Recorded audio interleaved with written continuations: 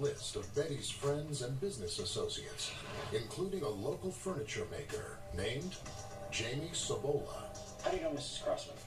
She's a landlord. Jamie leased some property for a cabinet shop from her. He knew her. He considered her a friend. Betty had lots of friends and tenants, but Sabola is the only one who visited her on the day she was killed.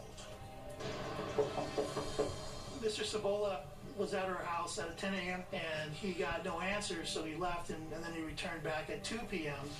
and again got no response when he knocked on the door. So why were you there on the day of the murder? Just to negotiate a lease. Sabola claims he stopped by unannounced to talk about the terms of his lease agreement. So did you speak to... He says he thought it was odd Betty didn't answer the door because she was almost always home. Strangely, Sabola suddenly showed up at the house a third time, watching as paramedics wheeled Betty out in a body bag. Well, what happened there? And since he was at ground zero when all this stuff was happening, he obviously was very important. Did you notice anything different about the house? During his interview, Sabola is very specific about the details surrounding his repeated visits. The front window, the curtains were open, and when I got there later, they were closed. He indicated that when he first went down to the house to knock on the door, he said that the drapes were open, and when he came back later on in the day, they were closed. Sabola's keen eye for detail is curious, as if he's trying too hard to throw suspicion off himself.